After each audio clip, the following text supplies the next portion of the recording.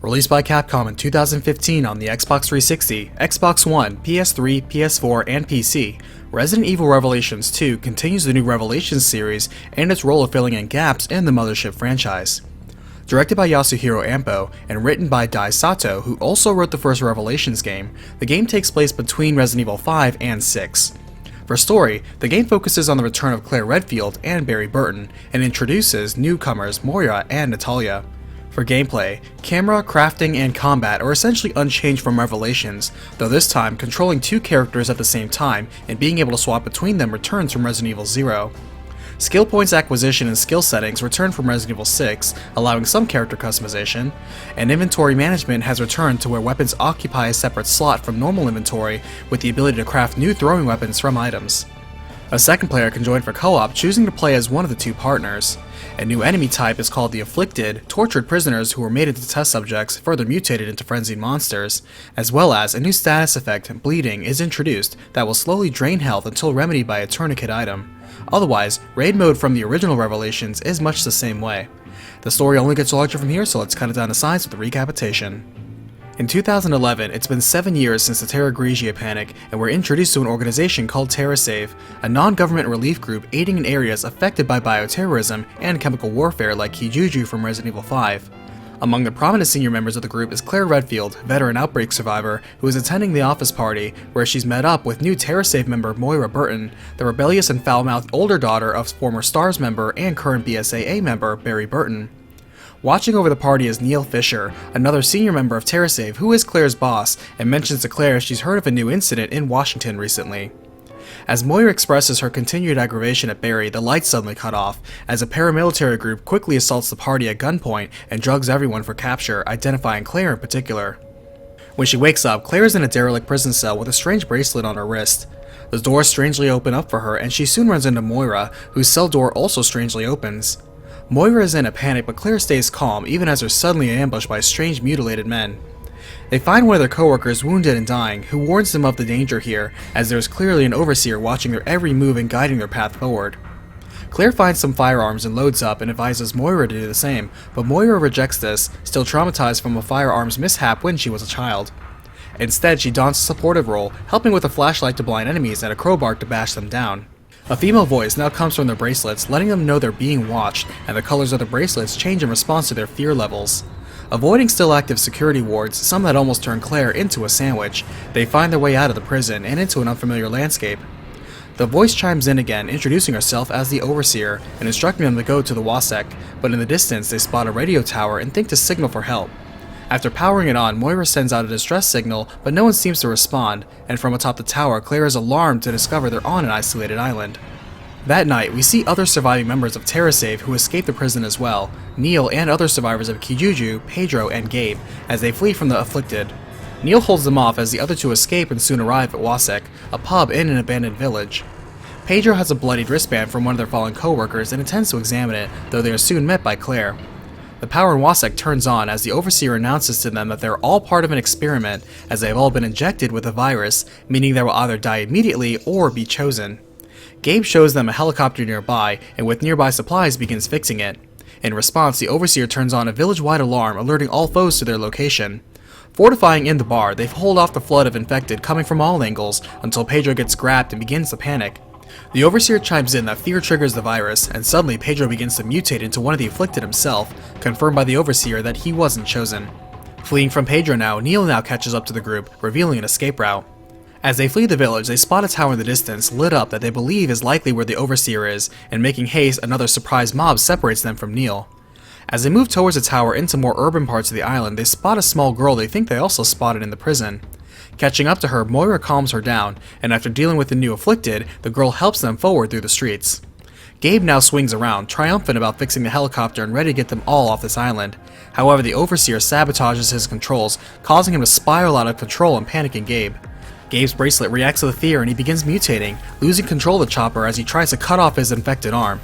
As the Overseer says her escape is also death, the girl is suddenly snatched away and Gabe dies as his chopper slams into a building and explodes.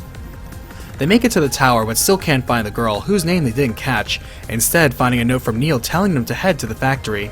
Exploring the abandoned factory once used for slaughtering livestock, Claire and Moira are still being monitored and guided by the Overseer, but their success in overcoming her trials and traps frustrates her. The Overseer then chooses to end the experiment with the girls, setting the factory to self-destruct, though the duo make it out in time. Escaping through the sewers, they find it leads to the tower, and think that should the Overseer believe them dead in the explosion, then they'll gain the element of surprise. However, they wonder if Neil did indeed write the letter directing them to the factory since he wasn't there. Progressing, they are met by an old man bunkered down in the sewers who seems uninvolved in the experiment and not knowing what's going on. Seeing that they're not afflicted, he sends them away, and after navigating the sewers, they find themselves below the tower in some sort of massive graveyard, full of servants who have willingly given their life for Alex Wesker. Climbing upward, they see reports of the crew here working on a new T-Phobos virus, and continuing the research on Ouroboros in Africa. Moira also drops that she finds it awfully suspicious that Neil's bracelet never once changed color even during the surprise attacks, though Claire denies any implication. Further on, they find the crew here were believers in the means and message of Lansdale of the former FBC for the Terra Grigia panic. They also find Neil's notebook he had at the party and are shocked to learn Neil sold TerraSafe out, having personally selected them to be abducted for their experience with prior bioterrorism. Moira hasn't actually survived any incident, but her mental aptitude shows promise, so she was included. They now see a camera feed on Neil himself as he turns and speaks to a woman about finding the candidate she's been looking for, and she turns around and shoots the Ouroboros sample he was seeking into him instead. Calling him a spy, she reveals she knew Neil was once Lansdale's successor to continue the FBC by perpetuating fear of bioterrorism, and leaves him to deal with his infection. Afterwards, Claire is disheartened to learn her trust in Neil was misplaced, though they soon catch up with him struggling against Ouroboros. Believing what he did was right, Neil pushes Claire away, but surprisingly, his body is one of the rare compatible hosts for Ouroboros. He mutates rapidly into a massive tyrant-like monster, and Claire prepares herself to fight against her former boss. Edging out a win against his colossal power, Claire stays focused and hurries to pursue the Overseer. Riding the elevator up, Neil surges back to life and assaults them, while Claire saves Moira by driving her knife into Neil's heart, hurtling them both off the elevator. Limping away, injured Claire is thrown down by Neil, and confronting her longtime trauma of fearing guns, Moira saves Claire by grabbing her gun and shooting Neil in the face until he finally falls. Meanwhile, we see the Overseer, who is Alex Wesker, looking at Neil's fall and Claire's survival, dismissing both as she turns to the little girl named Natalia, strapped to a machine whom she is much more interested in. Wesker is deathly ill, and claims that in 6 months' time, Natalia will wake up as her. She now sends her away as Claire and Moira arrive to confront Wesker. As they move forward, they see Wesker has been watching them since the beginning as the Overseer, but more importantly, they see she's been continuing the research Oswald Spencer has started for transferring your mind into another vessel to achieve immortality. The only catch is that the new host must be exceptionally strong against fear, and after the transfer it takes 6 months to stabilize. They also learn she's fond of the works of Franz Kafka and the philosophies within, and soon meet Wesker face to face. She laments how her only escape is death, just like her brother Albert, but is glad to announce she will soon conquer even that, as she kills herself before the girls. Upon her death, a self-destruct sequence activates, and the duo is forced to scramble out and down the crumbling tower. Moira spots some debris falling and pushes Claire away to safety while she's buried beneath it, urging Claire to save herself as the countdown ticks away. Reluctantly, Claire curses herself as she dives into the sea below, leaving them both to an unknown fate. The next thing she knows, Claire wakes up in a hospital, being hurried away to the emergency room as Barry is there, desperate to hear about Moira. As she's taken away, Claire can only apologize for Moira, leaving Barry to despair. Meanwhile, Natalia fights a mental battle with the digital consciousness of Alex Wesker being uploaded into her, who takes the form of a darker Natalia. While she resists the process at first, Alex is confident she will win in time. Elsewhere, Moira wakes up, alive, and now in the care of the old man in the sewers, who still doesn't quite accept her. Instead, they make a deal. He would harbor her here as long as she pulled her own weight with the hunting for food and gathering supplies, though they never exchanged names as he didn't want to become personally familiar.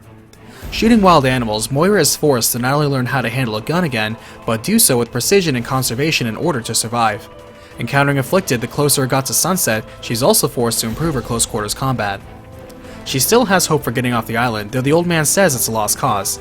Ignoring him, she attempts to find a way at night since all they do during the day is hunt, and accidentally lead the Afflicted back to their hideout, forcing them to last against waves of enemies.